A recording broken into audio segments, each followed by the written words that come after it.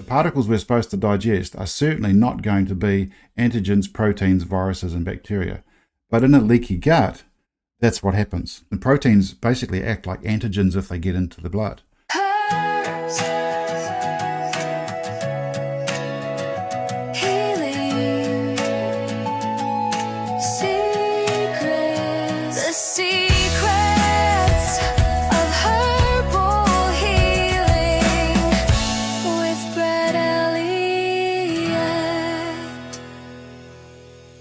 If you've got a combination of symptoms that you can't really figure out what the cause is, and they could include headaches, itchy skin, chronic fatigue, bloating and gas, and food sensitivities, then you could have a leaky gut.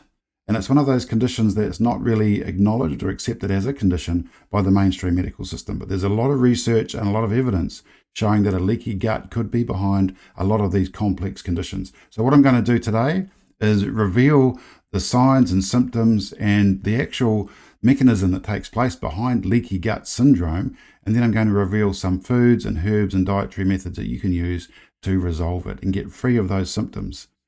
Hi, I'm Brett the Herbalist, and I'm back with another episode of Secrets of Herbal Healing, where we simplify complex things down into everyday terms that you can use. So what I'm going to do is share the webpage. You'll find the QR code there, and that will link you to the full page that I'm sharing if you want to follow through and dig deeper into the research. So let's get into it. Okay, leaky gut syndrome. It's an interesting and complex condition that is very hard to diagnose. There are some tests around for it, but they're very difficult and a little bit hit and miss. So really it's symptomatic. It's the only way you can really diagnose yourself. And by treating yourself for a leaky gut and seeing the results, you'll obviously know that you've got it. The digestive system has this role which you probably all know about, which is when you put food in, it gets broken down, it gets macerated in the stomach, protein gets digested and broken down in the stomach, then it goes into the small intestine and it goes through here. And this is where a lot of the nutrient absorption takes place.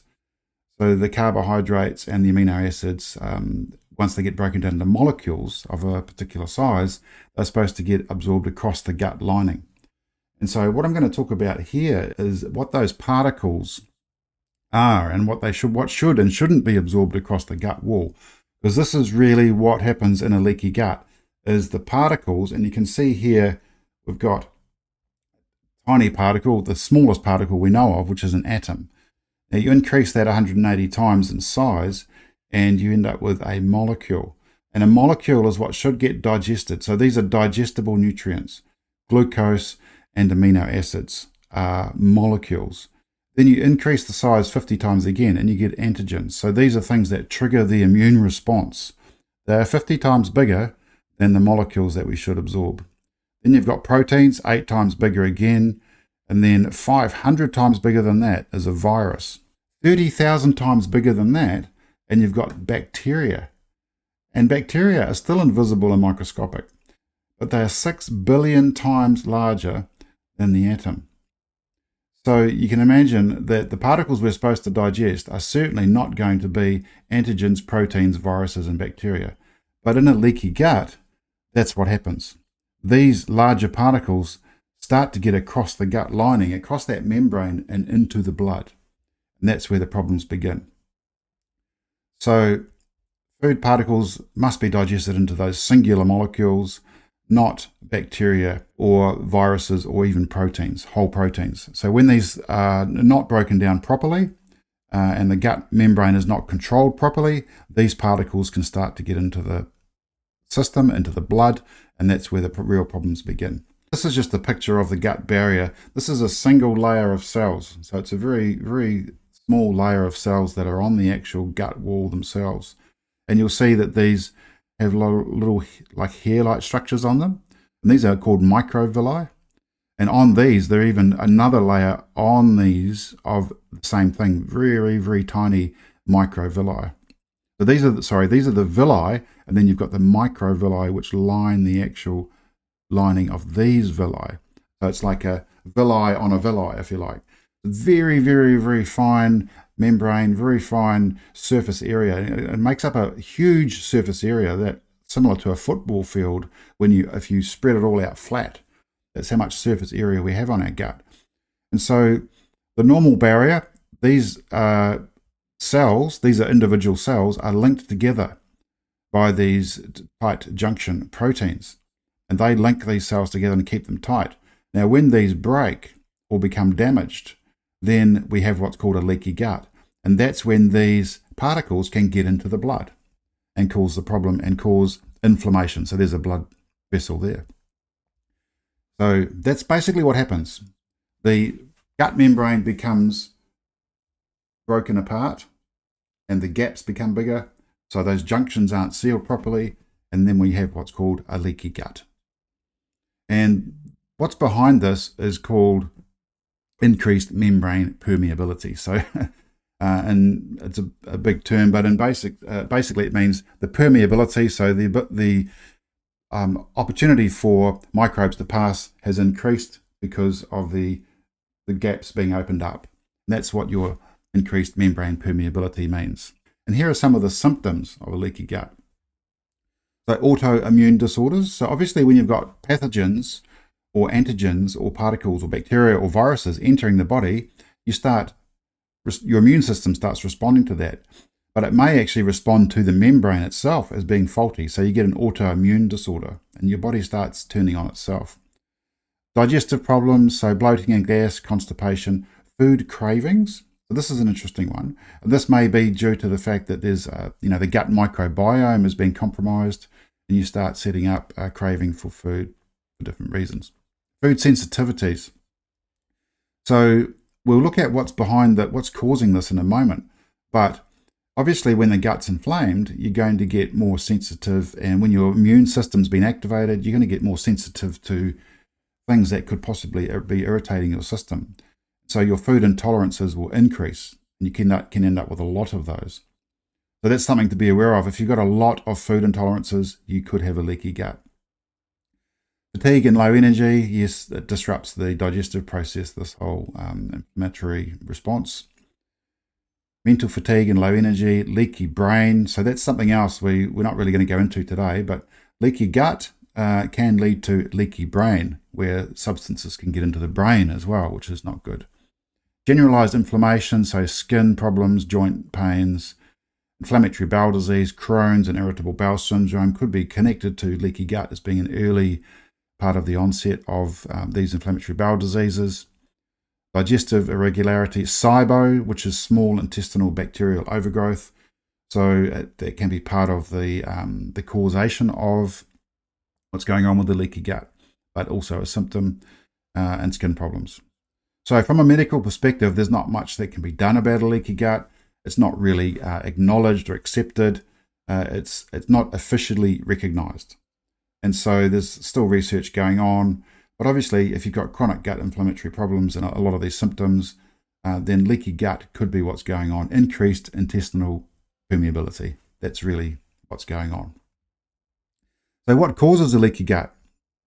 Well, this can be a lot of things, because when we think about it and when we look at it, what's happened to the gut is a breakdown of the membrane. So there's a imbalance of the gut microbiome, which is called dysbiosis.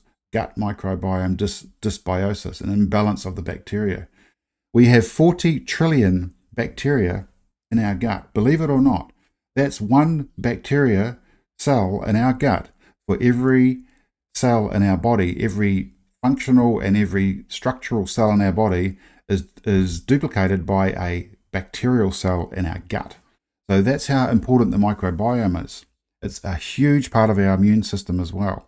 So when we talk about allergies and intolerances, these can be causative. So if you're exposed to a lot of toxins in your environment and you become allergic and you get an inflammatory response, that can cause the gut membrane to break down, but also an imbalance of the gut microbiome. And so this can happen by a lot of things, a lot of different things that we can consume, especially food, diet, pharmaceutical drugs. Antibiotics are a big part of that picture. So if you've had lots of antibiotics over a period of time and haven't used a lot of probiotics or restoratives for the gut microbiome, that can cause the inflammation in the gut, leaky gut. And obviously, it can lead to those other inflammatory bowel conditions. So we've got to look at things that challenge the microbiome and what we can do about that. So Antibiotics is obviously the biggest thing that can destroy the gut microbiome. But then we've got food and environmental toxins, food-derived antigens and environmental toxins. So big categories we're going to look at a little bit deeper.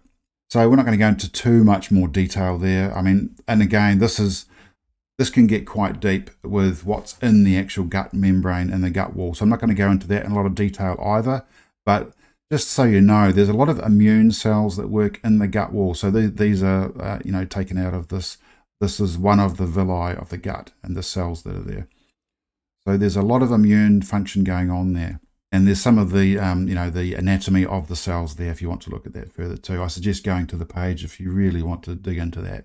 Undigested food particles, this is another big thing that can get into the body. And these can be proteins. And proteins basically act like antigens if they get into the blood. They're not supposed to be there. We're only supposed to absorb amino acids, which is, proteins can have hundreds or thousands of amino acids in a chain. And when they get broken down, they become singular amino acids, which the body can utilize. That's what's supposed to get through there, not full proteins. So we can get a lot of inflammation if these things do get into our blood. There's the faulty tight junction depicted again. That's what's going on. And there's the healthy tight junction. And there's some more details around the gut membrane, the gut microbiome, if you want to dig in. But it's really great to have this information here, so you can have a look.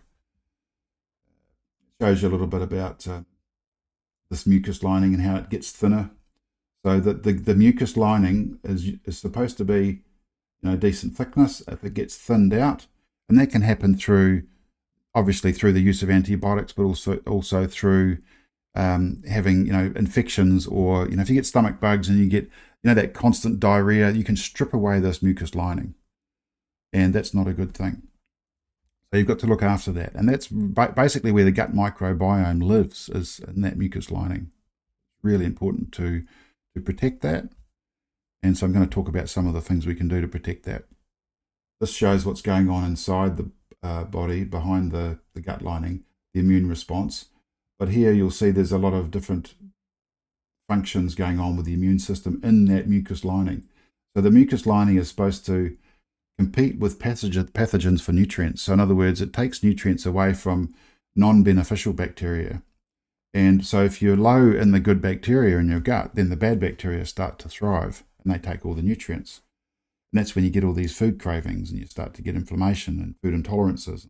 So they start occupying the gut lining. And then they release substances that are toxic to the body. And they take energy away from the cells, the healthy cells of the gut. So everything starts to break down when you've got this imbalance of the microbiome. You start getting inflammation. Here we go again, another look at the mucus layer, the immune systems, the immune function of the mucus layer, the immune cells. They can see what a deep immune function that this layer of cells of your gut lining has. So it's designed to just keep the pathogens out of the body and allow the good nutrients to pass through. And so this is a real key thing, is having this healthy immune function of the gut. So what can we do about a leaky gut? Well, here's some of the dietary advice. This has been shown to help a leaky gut, this diet, a Mediterranean diet.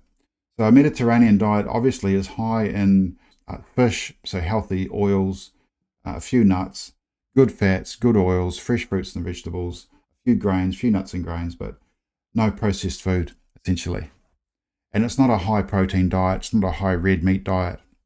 So the Western diet is high in red meat, high in processed meat, high in sugar and alcohol and processed foods and refined carbohydrates. This is the Western diet. This is what our supermarkets are full of, and this is what most of us eat the majority of the time. So keeping away from that, going towards a Mediterranean diet, is going to improve the gut microbiome. And that's the biggest factor when it comes to solving a leaky gut.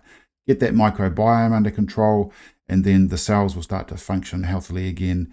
The immune function starts to protect those cells and they can heal. Here's some of the things that contribute to a leaky gut. Alcohol, low fiber diet. So if you have a lot of meat and you have a lot of processed food, you're going to have unsugary food, you're going to have a low fiber diet. and that doesn't help the gut microbiome or the gut health. So here's another thing that contributes to a leaky gut: chronic kidney disease. So chronic kidney disease disrupts the intestinal barrier, or the intestinal epithelial layer, which is that layer of cells that we've talked about. And it causes significant changes in the gut microbiome. So it's a lot of acid building up in the body over time when you have chronic kidney disease. And I highly recommend, if you're on heart medications of any kind, or you're on steroidal medications of any kind, to have a look at keep a close eye on your kidney function. They can cause chronic kidney disease over time. Promotes inflammation in the body, increases cardiovascular disease and gut dysbiosis. And this allows these harmful toxins to get into the bloodstream through a leaky gut. So just be aware of that one. That's something that's not often looked at as far as leaky gut syndrome. Obviously, if you've had any of these gut infections like Helicobacter, Salmonella, cholera, E. coli, for example, or you've had parasitic infestations of the gut. Candida is obviously another one that's going to be causing inflammation and immune disruption in the gut lining. Obviously, we know that stress destroys the digestive function, because when you're under stress, you get that fight or flight response, the cortisol goes up, and the gut function and the digestive function just switches off. It shuts down, and that's going to cause massive problems for digestion. And so when that happens, you're going to get an imbalance of the gut microbiome again. And we also know that the immune function is often sort of switched off during high periods of stress as well. So between the two of them, you've got a real issue with the gut function. We talked about food intolerances earlier. So if you're lactose intolerant, or gluten intolerant, or celiac, or anything like that, obviously there's going to be the potential for this gut to be inflamed and for the leaky gut to be taking place. So just another thing to look at is, reducing the intake of those things that you may be intolerant to. But also you will notice that when you do resolve a leaky gut, or you do improve the gut membrane health, that these food intolerances can reduce dramatically. And you will find you can go back to some of those foods. A leaky gut is often associated with other inflammatory bowel diseases, so irritable bowel syndrome or Crohn's disease. What would you say the earliest sign of a leaky gut is? Probably digestive disturbances, food intolerances.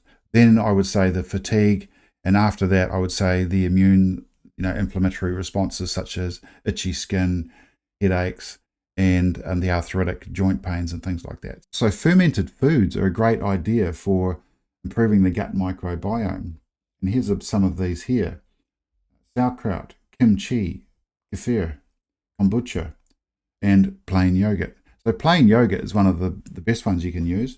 But if you have got some probiotics and capsules, you can mix those into yogurt, leave them in overnight, leave them in for a couple of days, and you'll get a lot more probiotics in your yogurt, which is a great way to do it. Introduce a more alkaline diet, so have a lower protein diet. And even like when we do detoxing, we suggest going on an alkalizing diet for 2 weeks, so that dramatically reduces the acid load in your body, and that will improve your gut health dramatically. Another thing you can do for a leaky gut or for your microbiome is a lot of good soluble fiber foods. I wouldn't have too many legumes or too many nuts, but if you have some nut milk or you have some soft cooked legumes, just have them sparingly. I don't recommend them a lot because they can also be a little bit inflammatory over time.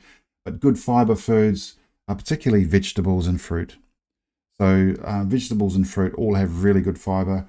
Soft cooked greens, spinach, silver beet. Chia seeds are particularly good for fiber, but also mucilage, which helps to heal the gut. Some of the good enzyme foods: pineapple, papaya, kiwi fruit. They're very, very high in enzymes, which will help your digestive function. Plant enzymes help the defensin, so they actually help the immune cells in the gut microbiome to work better. And some of the herbs we use for leaky gut, this is one of my favorites, golden seal. It's called golden seal because it's golden in color, but it also puts a nice sealing, healing effect on the gut.